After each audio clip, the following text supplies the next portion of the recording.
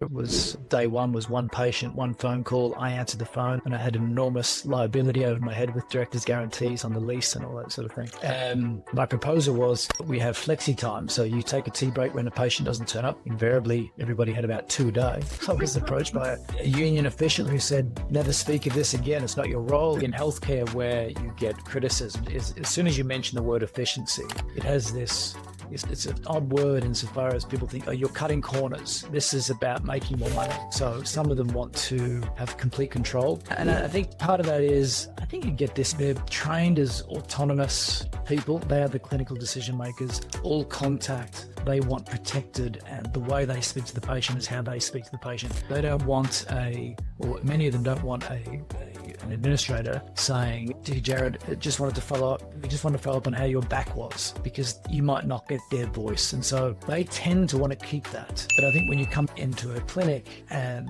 you open the door and there's some sense of warmth and de-risking, and I think that's for patients, it's an intimidating place, but particularly at the start, when a patient opens a door and they're going to see a new healthcare person, are they going to ask me difficult questions, embarrassing questions? Are they going to make me take my clothes off? Do they know what they're talking about? Do they smell? All sorts of things that are these risks. And if you can get that right environment as they open the door, that sort of de-risks things a little bit, lowers their anxiety, and then they're more open to this sort of collaborative experience, which is largely what healthcare is.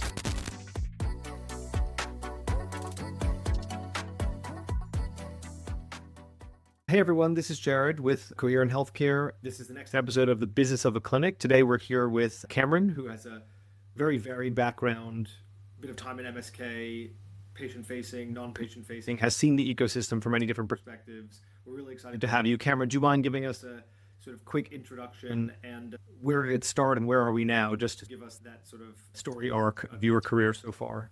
Sure. Thanks for inviting me, Jared. But I started out, it would have been 96. I think I graduated as a physio, and like most, I went in and started off as a clinician, and I worked initially in private practice in Australia. Most people go into the public sector. There's probably 10% that will go in directly into private practice, and I did that. And then after a couple of years, came over to the UK and locumed for a couple of years, lots of different environments, NHS, a little bit private practice, but got an appreciation of how it was done differently in the UK. Headed back to Australia, bought a four-wheel drive and drove around the country for a year and a half and worked in the outback and in all sorts of places.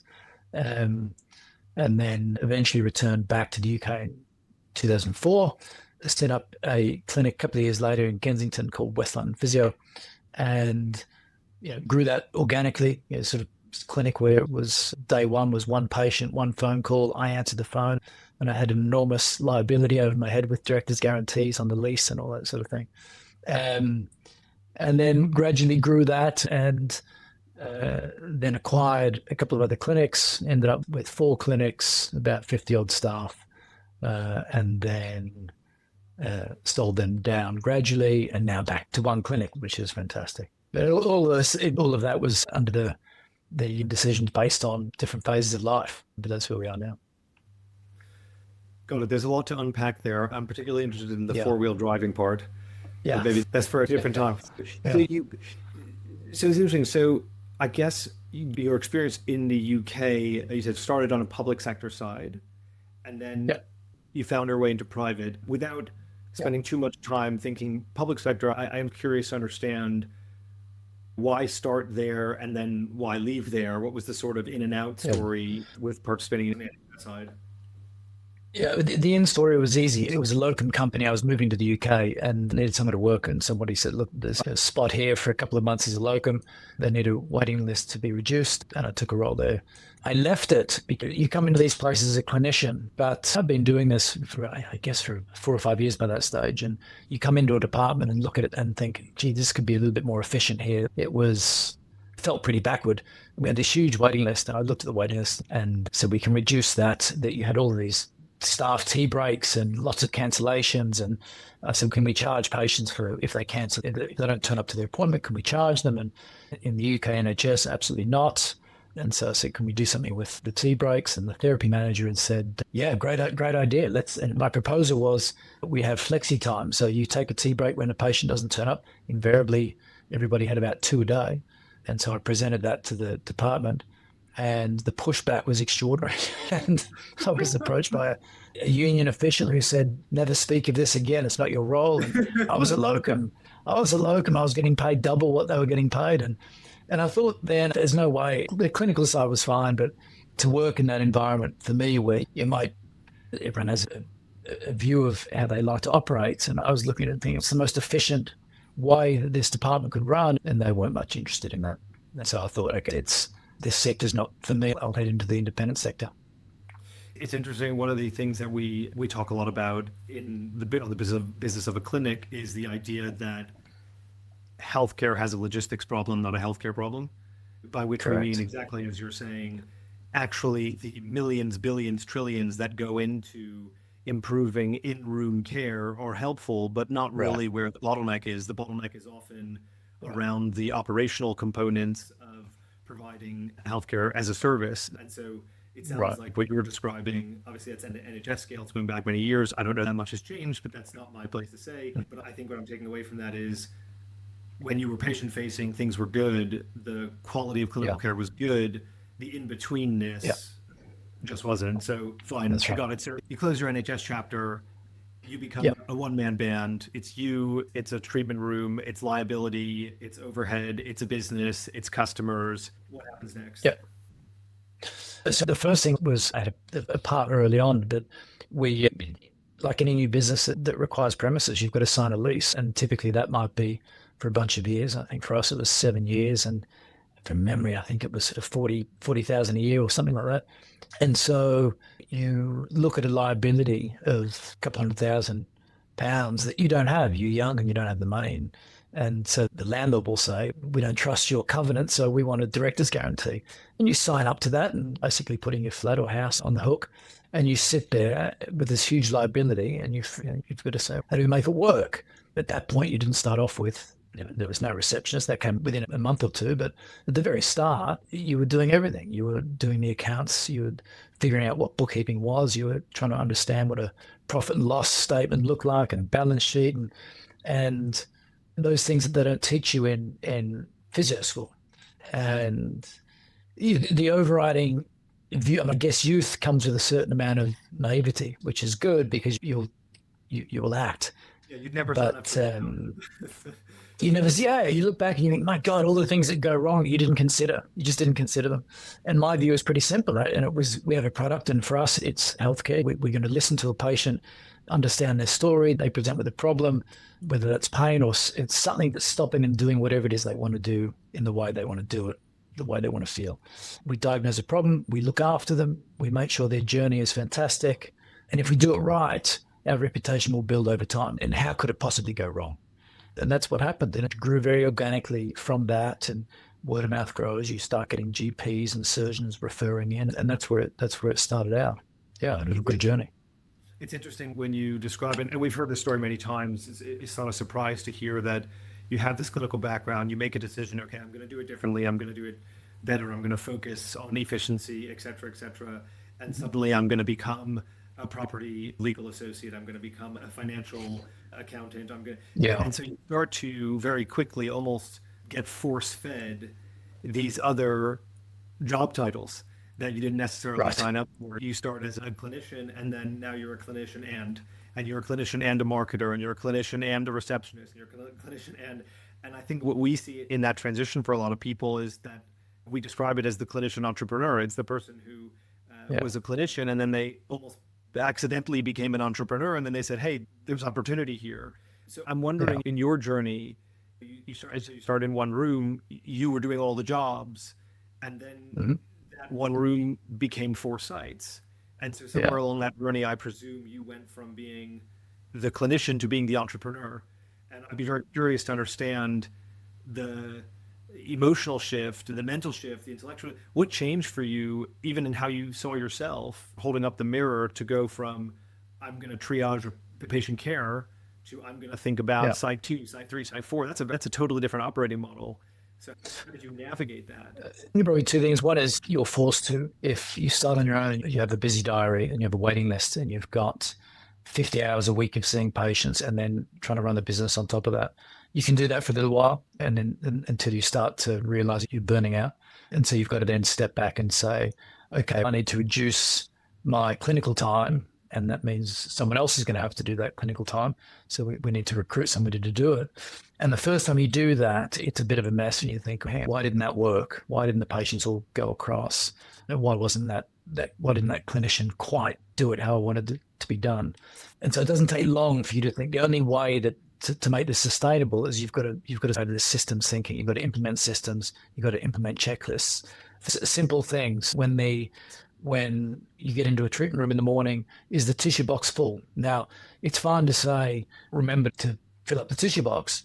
It's another thing to have a checklist where the receptionist the night before has to come in and say, yep, tick. There's somebody has accountability for every little detail.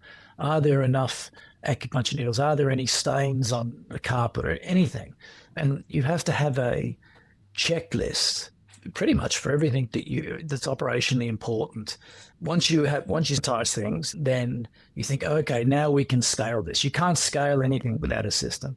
And so step one was you're forced to think like that when you're starting to burn out. And other people don't. They burn out and they go and become an employee somewhere. And then the other thing was that someone gave me advice quite early on, and it was a simple little thing, which was to write a postcard to yourself from the future and be quite detailed in what that description was. And for me, I guess I was in my 20s, and so it was, what did life, no, I must have been a bit older. I must have had my first kid. And what does life look like? And you describe it. It might be, I'm sitting here watching my kids throw snowballs at each other. Therefore, we're in the Alps, we're skiing. I go back to Australia once a year to see my family. And you describe what that future is. And you think, okay, there's some certain commercial requirements to be able to fulfill that. And it might not be an employee physio. So I need to work back. It turns out that probably needs either a larger practice or 4 practices, whatever it is. I mean, if that postcard includes a super yacht, then you need to probably leave the profession. But for most things, you say, okay, I'm just going to scale this. But again, that comes back to how do you scale it? And that sort of personal vision really drives what you need to do, I think. Yeah, it's interesting. But I think there are a lot of professions you'd need to leave if the future has super yacht. That's right. I don't think that's unique to physio, although physio might be on that list. Yeah, it's interesting. I used to run clinic as well in the medical aesthetics dermatology space. And I remember we opened first clinic in the middle of COVID, which was a terrible idea, but we did. And one of the things we were so paranoid about hygiene and infection control, etc., is we went out, we purchased a bunch of sterilizing UV lights. And we used the UV lights on all the surfaces and temperature guns and put shoe covers, everything to just try and get open. And what we complete, and you're thinking about this when you said checklists, plug the UV light in, how do you use the UV light? And what we forgot to put on the checklist was don't point the UV light at the plants, because and they said I opened, and I used to do this at the end of closing SOPs, right? So what do you do at the end of the day? And it was intuitive to me. You don't point the UV light at the plant. And then the first time I asked someone to do that for me, they pointed out the plant, came back the next day, the plants are dead. And it's like something you completely don't. And it was the first time I realized that the SOP is, it means it's everything. It's amazing. Without the SOP, even as you're saying, like checkpoints on a list, it's amazing how badly things fall out of shape. And I think what that sort of all falls under what is effectively trying to make things more efficient. And I think in healthcare, where you get criticism is as soon as you mention the word efficiency, it has this. It's an odd word insofar as people think, oh, you're cutting corners. This is about making more money. And actually, I've always thought of it in terms of on the physio side, we're trying to create an environment where the physio can come in and just do the thing that they want to do. They don't have to walk in and, like I said before, get more tissue boxes. They don't want to walk into a room and go, oh, there are no towels, right? So making these more efficient is ensuring that all of that stuff is taken care of. Physio can do their job. The patient, this idea that the patient at the start of the day has the same experience as the patient at the end of the day, all of that happens if you've got systems in place to ensure that rooms are clean and all that sort of thing between sessions. And this is the order that we do things. And it's efficient. It creates a better experience. And then if you scale that out, yes, sure, the business becomes more profitable. You can then reinvest those profits in the business. Of course, shareholders then take a share of that, and that's the reward for taking the risk. But in healthcare, somehow efficiency gets branded as almost a cold sort of cost-cutting term, and it's not that. I think it's interesting. We have on the podcast every now and then people who come from the sort of capital allocator side, the buyer side, Yeah. the private equity. Oh no, Yeah. right. And obviously, as usual, one of the focus for private equity is we're going to make it more efficient. And it's interesting because Yeah. I can absolutely see where the word efficiency gets its bad name, right? It's easy. It's easy to understand how that becomes a word that carries with it this great stigma. Yeah. But I think you're absolutely right. Yeah. Actually, efficiency is a way, in many cases, of delivering better care. And we often Right. use the example of a restaurant. It's very efficient to quickly clean up a table and put the next table setting out Right. before the next customer walks in. You wouldn't expect the chef to come out of the kitchen to do that. It just doesn't make Right. any sense. That would be inefficient. Yeah, that's right. It would be completely inefficient. And yet, in a healthcare Yeah. setting, much like you referenced in your sort of early days in the NHS, in private practice as well, that is exactly that focus on efficiency, that non-clinical component that allows the care to really shine through. That's Yeah, right. I think it makes a lot of sense. It is interesting. One of the things we work across a lot of different clinical specialties. MSK is a big one for us, and growing medical aesthetics, dentistry, GP, etc. One of the things that we see in MSK, I'm curious to get your views on it, is this idea that the practitioner is responsible for consistently and continuously checking in with, following up with, recalling the patient as a Yeah. sort of part of the care journey. And yet we see this as quite a divisive topic. Some people say it has to be the practitioner. Other people say, why Yeah. on earth would it ever be a practitioner? It's an Yeah. email, it's a phone call to WhatsApp. That is exactly what they did not show up to work to do. So where do you fall in that line? How do you think about it? We historically, our recall list, so we would have a list that's produced each month of patients who didn't return the following month. And that would include patients who have been discharged, who have recovered and don't need any further care. And you've got other patients that were expected to come in the following week or a couple of weeks and never turned up. And it's interesting because you've got different staff members want to do different things. So some of them want to have complete control. And I think part of that is, I think you get this throughout medicine, healthcare more broadly, that they're trained as autonomous people. They are the clinical decision makers. All contact they want protected, and the way they speak to the patient is how they speak to the patient. They don't want or many of them don't want an administrator saying, "Dear Jared, we just wanted to follow up on how your back was," because you might not get their voice. And so they tend to want to keep that. But I think actually it's one of those things that if it's done properly, and that's exactly the sort of thing that they shouldn't be doing. Interesting. So, And I guess there's the caveats. but there's a mix. I think it's their voice. What they don't want to do, there's that sort of fine balance. We have to safety net patients. I want to make sure that I'm here just checking up on how you're going. We're here if we need it, if you've got any questions. And you're not wanting to push that to, I'm chasing up in order to book you another appointment. Even though you might find that 25% of people do that, it's not meant to be a sort of overt sales call. And I think often the clinicians resist that. So that's why they want that sort of control. And again, it's probably maybe it's 70-30. 30% of clinicians are happy for it to be done by the admin team, and 70 will still want control. Yeah, interesting. It's quite hard to shift. You use this 5-letter word, which we bang on about this word quite a lot. The sales word. And Yeah. one of the things that I think is so interesting, when we opened clinic, much like I was front desk, and I handled the new inquiries, and actually even at the very beginning of the coherent journey with one of our early customers, I went in, because we do a lot of that work now, I went in and acted as their front desk. And it's so interesting because I remember in all the conversations I had with patients, personally, it was never a sales conversation. No, It was that's always right. around That's right. do you have a problem that we can help you with? If you do, That's exactly right. great. Like we That's can help. If That's you come asking for a holiday in Tahiti, like you've come to the wrong place. It's not You can't do it. it's not the right thing. What was your experience like in that respect? Similar, I had an interesting background before I started as a physio. I worked in a record store, and it was a record store, so you sold albums and CDs on one side, and there were stereos being sold on the other.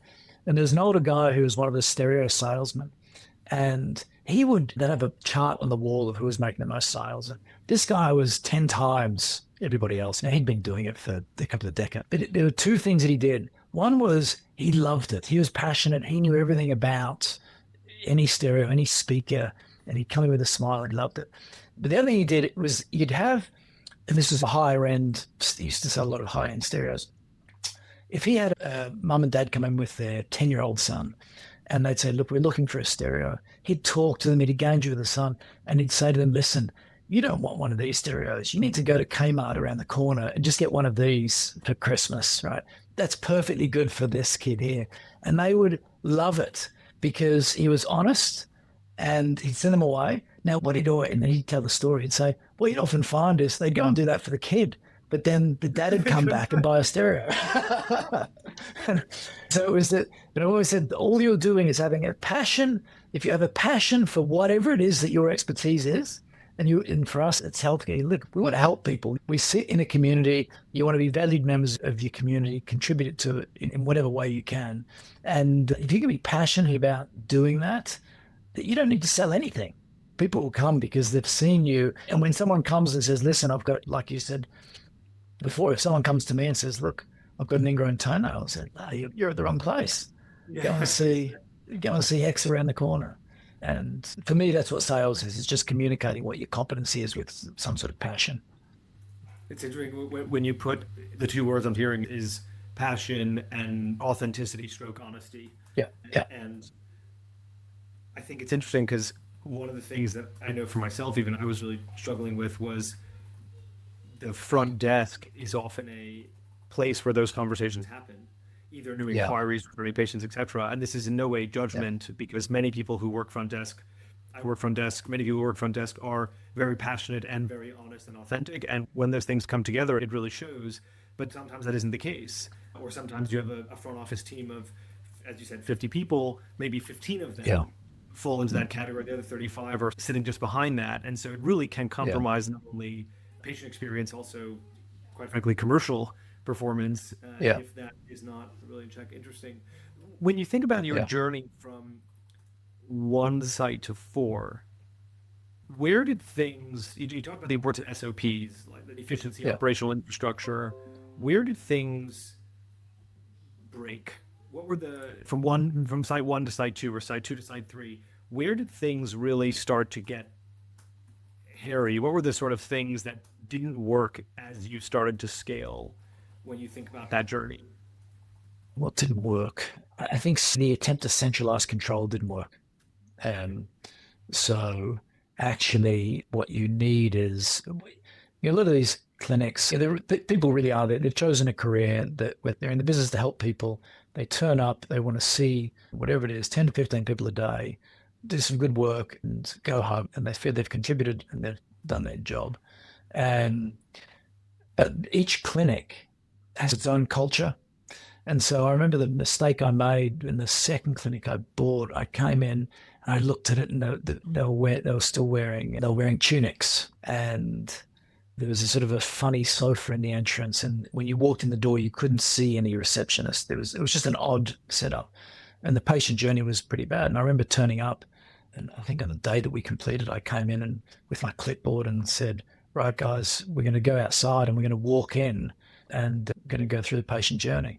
And I stood there and told them this is how it should be. And that was probably the biggest mistake.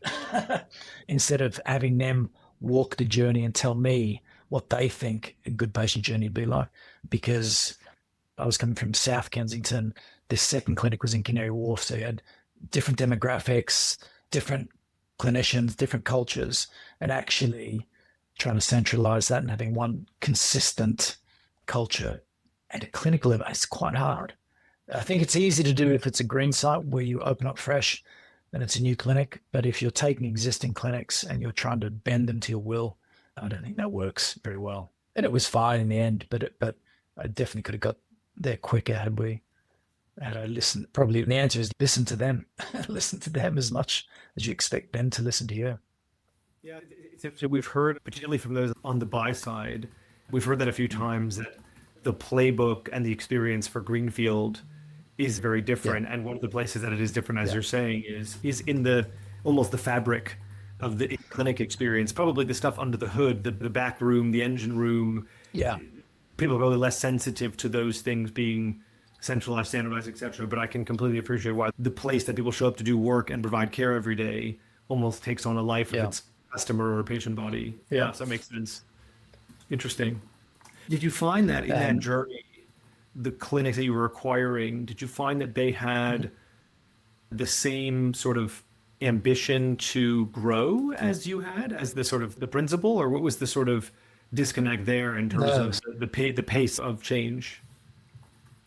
No, neither. There was one of them was a struggling clinic that I probably wouldn't have thought would have, had it continued on in a couple of years, it wouldn't have existed. And they didn't quite have a handle on their numbers and their debt and all that sort of stuff. And so actually they were sort of bailing water out of the ship, so that there was no vision for growth beyond the line somewhere saying we want to grow, and it was just a strike. So that was a turnaround job. So coming in there and turning around, making it sustainable. The other two clinics was someone getting to the end of retirement age, but they still had clinicians in them that were driven and still wanted to progress. And for some, that progression is clinical. You can progress and become a clinician or a better clinician. You can be a part-time academic, or you can be a bit more on the commercial side. And so if you can offer pathways for people, then that second group of clinics you needed to build in some pathways because there was a drive there to grow, which we did. Yeah. Interesting. Well, one of the questions that we usually ask guests, and I'll ask this of you now, you've been in market for a while, you've seen different chapters of the particularly private healthcare story. If we roll the clock forward 10 years, what do you think will change, and what do you think will stay the same in terms of how, in your case, MSK provision exists in the world? Are you seeing the beginnings of the next sort of tidal wave? And also, what parts of that journey do you think won't actually move? So I think on the demand side, the patient demand side is only increasing. I think in the UK, I think in any countries where you have a large publicly funded health system, they're struggling, and they won't cut things like cancer services and heart disease, but they will cut pain, and they will cut back pain and hip pain and those sorts of things, and push that sort of more to the independent sector. I think we'll see that. So the demand will be there. The waiting lists in the UK are still crazy for a lot of these things. And so there'll be plenty of demand. I think what will happen from the clinical experience won't change so much. I still think people have the need to have a human physio, human touch, someone to look at their knee and feel the knee, and so I think we're a long way away from robots doing that.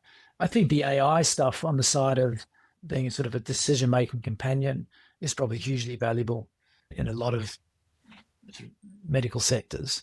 But I think that broadly the clinical side will stay the same. The huge change will be on the admin side. So I can envisage a scenario where you have what we might call a receptionist today, just to simply be a concierge. So who sits there, all of the billing, the appointments, the intake, all of that will be automated. And I see no reason why it shouldn't be. And that the sort of front of house, if you like, it's a different skill set to an admin process worker, someone forwarding invoices, taking payments. It'll be somebody who is acting more as a sort of concierge, who might help the patient book their appointment with the consultant, or might help them book their MRI for them, might have a conversation with their health insurer for them. Some of those sort of human things that are necessarily human. And the admin stuff I suspect, will just disappear. It's interesting, this idea of what parts of care should remain intact, what parts shouldn't. Obviously, for us at Coherent, we do a lot of stuff on the patient administration side, we call it patient operations, but a lot of the things you're talking about, Yeah. intake, question handling, retention, patient support, so on and so forth. One of the things that we think people, and we see this in the clinics we work with, they are investing very aggressively in preserving exactly the word you just used, concierge. This idea that the front door of the clinic should be very empathetic, very human. Yeah. And to enable that experience for patients, you actually need to pull away a lot of the gunk that currently lives in that program. So it's interesting to hear that you think that part will actually maintain, but some of the distraction for that role may fall away. It was very interesting. I would have thought so. Most of these things, the invoicing, the payments, those sorts of things, the frequently asked questions, there's no need for a human to answer the same question 50 times. There's a whole bunch of questions that come up consistently. That doesn't need the human there to be there for that sole purpose. So I would have thought a lot of that will go. I'm just not sure. That what you said there is interesting.